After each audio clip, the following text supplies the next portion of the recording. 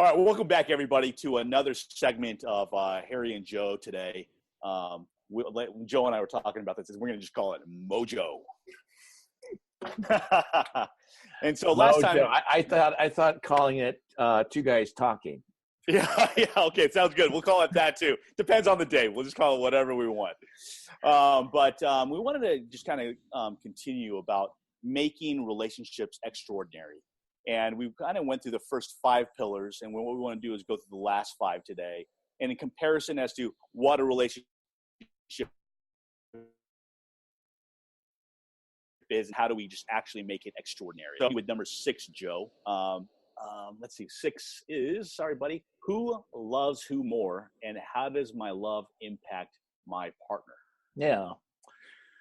Well, what we're trying to do, Harry, with these pillars and principles, because one of the things I want to help couples really do, and people that are either looking to seek out relationships or be in a relationship, is to have a contrast, right? But we have to have one of the things that I really impress upon people, if they want to have an extraordinary relationship, they have to have a set of principles, a shared context, language, tools, resources, another way of thinking about love and sex and attachment and relationship stuff to make it more conscious, right? So I want to make sure we're really giving people these tools, because when they have these tools, they can really break through the upper limit barriers that may have stopped them from really having what they want. And sometimes we just need some help, a little guidance, our tribe, our community, some resourcing, whatever it is. So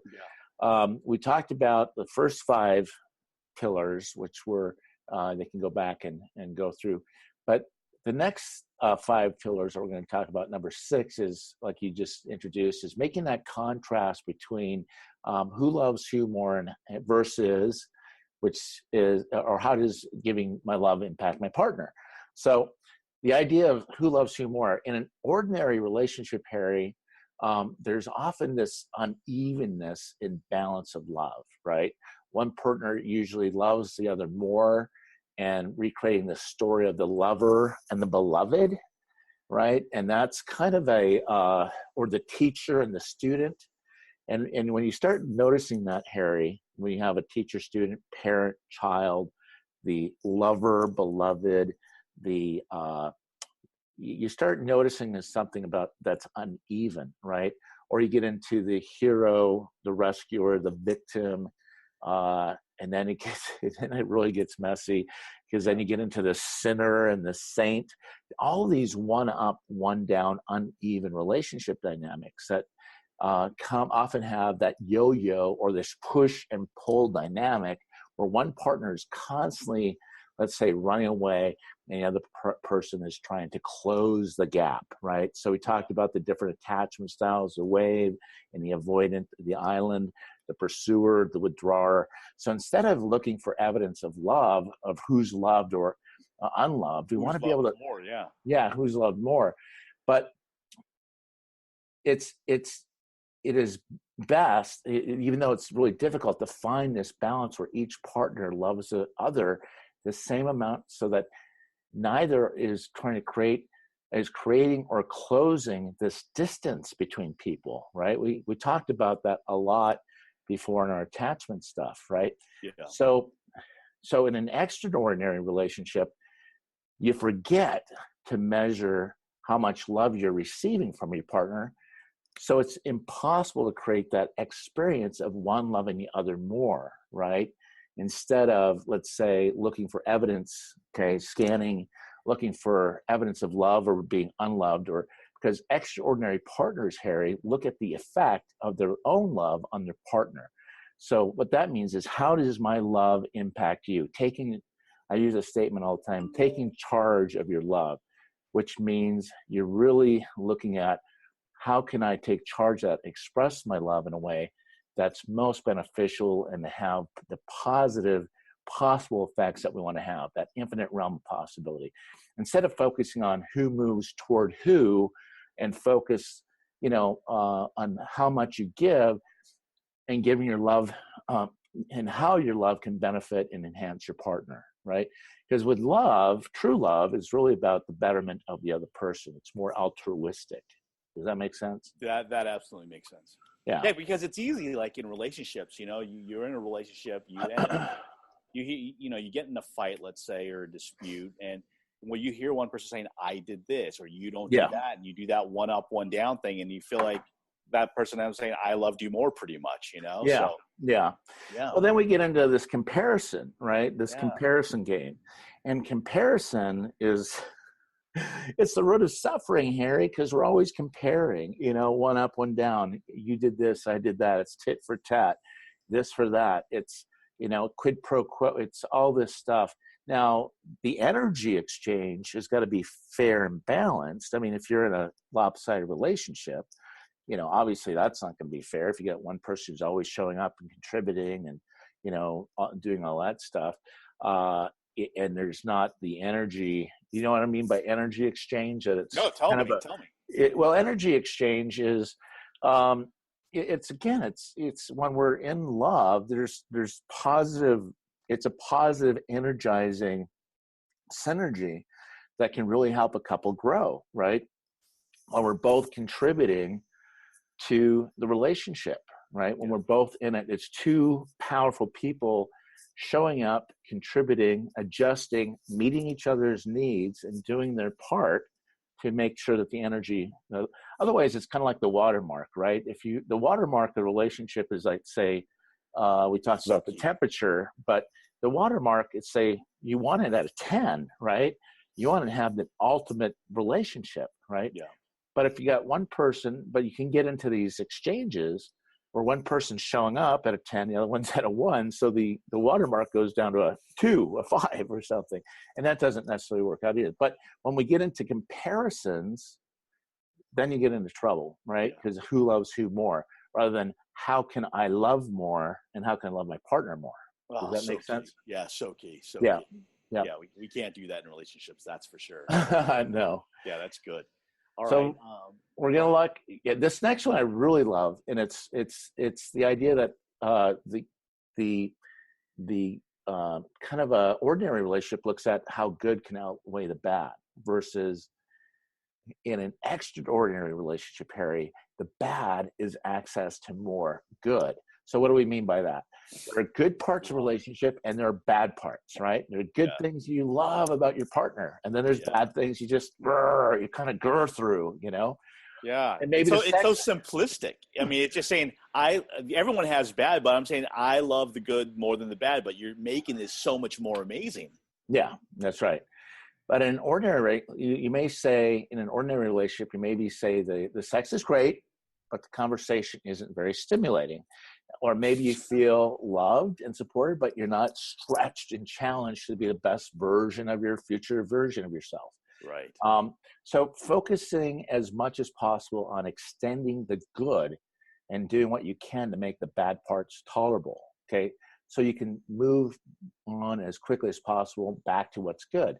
So in a good relationship, the good outweighs the bad. Okay. Now that sounds kind of okay, but guess what, Harry? That's just ordinary. Yeah. That's just what people do, right? And normal people would think that is positive thinking. That is, yeah. But we want to make it more extraordinary. But if we want to up level, Harry, as we've been talking about every single episode, all right, if people are going to really get it into their head, into their heart, moving from their head to the heart, you want to have something that's really exceptional. And here's the idea is that the bad is access to more good. So in extraordinary relationships, we're going to view the relationship as a crucible for transformation. Because you've heard what I said before in my first couple episodes that we talked about, my bias is that we are broken in relationship and we're healed in and through the context of relationship. And relationship is the vehicle. It's the crucible for our own personal transformation. Yeah. So any aspect of relationship that brings out, let's say, the bad, in you allows both you and your partner to see and heal your blind spots, right? This is really the hard work, because whatever shows up on the path and practice, Harry, of love, right? Whatever's showing up in that moment, it's more of an opportunity for me to open my heart, okay? The courage to love, the courage to be brave in love and to be fearless, is to open my heart and love that person more whenever it's being revealed. Now, we're not talking about, here's one caveat, because people ask me all the time, does this include loving person with abuse? No. Infidelity, adultery? No. Okay. You can love them from a distance, but you can't be in a relationship with that. Other addictions. Okay, I love you. Go get help. Come back. Yes, I love you.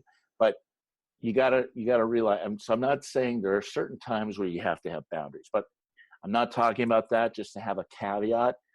Okay, but every time that, say, supposedly a natural negative interaction occurs, an extraordinary partner uses the container, Harry, of the relationship to unlock new ways of being that not only heal each other, but create new realms of possibility and fulfillment in the relationship and in life. Does that make sense? Awesome. Yeah, that makes great sense. Go ahead. Keep going.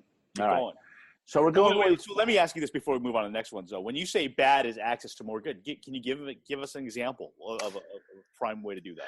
Well, yeah. I mean, let's say that someone, let's say your partner is, chronically late. I mean, maybe their personality is more free and loose, and maybe they don't show up for appointments when they say they're going to show up, right? Right. Okay. Or they have a perpetual pattern of something, right? Yeah. There's an opportunity for you to open your heart more, to love that person more, and find, because there's so many other qualities that they have, but finding more good. So what else is good about them being late? What could be going on, instead of the judging them or comparing or whatever. Does that make sense? Sure. Yeah. So there's always things like that we can evaluate and look at. So Harry, we're going to go through the next couple really fast, and then we're going to come back to these a little bit later. Number 8 is asking, am I happy, versus asking, am I extraordinary? So there's a lot of people in relationship go, am I happy? In an ordinary relationship, we begin to evaluate our relationship and our partner by asking ourselves, am I happy? And if the answer is yes, then the relationship's working, but if the answer is no, then you look at the problem with the relationship that's causing your unhappiness. And if the answer is no too often, then the relationship is probably not working out. So that's kind of an ordinary type of thing. But extraordinary is, how am I showing up? Because we always talk about, if you want to have the one, you have to be the one. And you have to do the things to have the one, right? So am I being extraordinary? So if we evaluate the relationship in ourselves by asking, how am I showing up here? If the answer is, am I being extraordinary? Yes. Then praise your partner for helping to create the environment that's allowing you to flourish, right? Got it. Yeah, because you're both in this dance. So if the answer is no, you're willing to give up a day of happiness, comfort, or safety in exchange for growth. Okay, remember I said before, you can only choose, do you want a safe relationship or do you want a growing relationship? Again, I want to set a caveat. We're not talking about aggression, violence, abuse, neglect, all the harmful stuff. I'm talking just having a bad day. Because a lot of people, they take a bad 5 minutes and milk it for all day, or they take a bad day and they milk it for the whole relationship sucks. Yeah. They're doing nothing to make it better. That's when you run. Yeah. Well, and your partner, when you're in extraordinary love, that might not always look like kind words of encouragement, but you can begin to trust your partner's motivation when when they're able to see that, say, the present perfection in your partner. That present perfection is seeing all that good stuff, right? And you may have a future vision or future version, right? You got the real and you got the ideal, and then there's this gap between the real and the ideal, these two parts, right? So as a couple, the real is, the parts that you're trying to grow, and then you have the gap, the frustration gap, and then you got to move through that, right? So you're holding on to that space with both. But, and again, learning to trust, and they're willing to give up we're able to give up our own comfort for a period of time and safety to be in service of our own development. Does that make sense? Makes That's hard to do. That is hard to do, and that's something that you got. It's a continual practice for sure. That's right. That's right. All right, man. Number 9. Number 9, we're looking at caretaker for my wounded child versus a playmate for my healthy child. Ah, yeah, right. Well, a lot of us, we get into a relationship and expect our partner to learn your triggers and sensitivities and stay clear of them. And well, we're walking on eggshells around them and eventually caretaking your wound because you want that partner to be a caretaker for that wounded kid inside, right? A lot of us do. Like, don't go there. Don't go. Well, no one wants to be a partner to play mommy or daddy, right? Yeah. That's not my goal or task here all the time. But one way you do that, that you're loved, is that your partner takes care not to do the things that they know bother you or make you uncomfortable. That sounds right, okay, but that's ordinary relationship, right? Yeah. So in a extraordinary type of relationship, you're really developing a container, a playground, if you will, a playmate for each other's healthy child. So the joy and wonder of your healthy inner child gets to come out and play, right? And the innocence, the open-hearted part, the pre-wounded child in you that hasn't learned so many limiting beliefs begins to gain a playmate to be silly with, to play with, to explore new worlds with, to go travel, to explore, to feel the idealistic again, to feel the pure love, right? Which is awesome. Awesome. But if there's historical pain or trauma that comes up, each partner helps the other to reparent themselves, and they sit as a witness and supporter for the internal job of remembering who you are, whole, complete, and enough, right? And to remind us of that, right? To see that future vision, to hold that future version of your partner in your hands, right? As you celebrate that person. Yeah, got it. Yep, that makes great sense. That's awesome stuff to achieve. Yep. All right, man. Number 10. And our last one, Yeah, going from partner softens my fears to becoming extraordinary, where the partner helps you face your fears. All right. Well, we all have dragons, right? We all have these dragons, these past experiences, these vulnerabilities, sensitivities from the past. And when they have us dangling over the cliff, Harry, like the dragon is, you're just dangling. You get the hair and the wind in your face and the panic and the fear and all that stuff that comes with that. All right. In an ordinary relationship, we typically, seek a partner out to console you and protect you from the things that scare you most in life. And we make them responsible for our dragon. In your relationship, they want that relationship to be a safe haven for you to fade or even hide from your worst fears about even yourself, the world, life. And that's so normal. That's like a normal relationship, isn't it? Like everybody thinks that partner's supposed to do that.